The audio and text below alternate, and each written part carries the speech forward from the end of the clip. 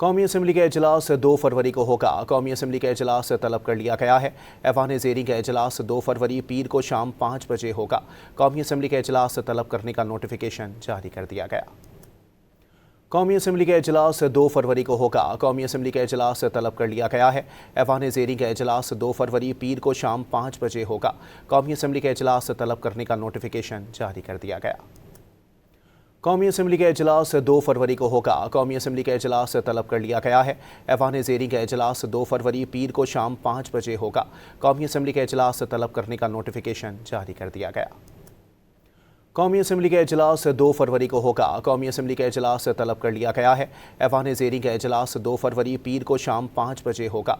कौमी असम्बली का इजलास तलब करने का नोटिफिकेशन जारी कर दिया गया।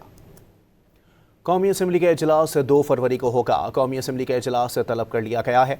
ऐवान ज़ेरी का इजलास 2 फरवरी पीर को शाम 5 बजे होगा। कौमी असम्बली का इजलास तलब करने का नोटिफिकेशन जारी कर दिया गया।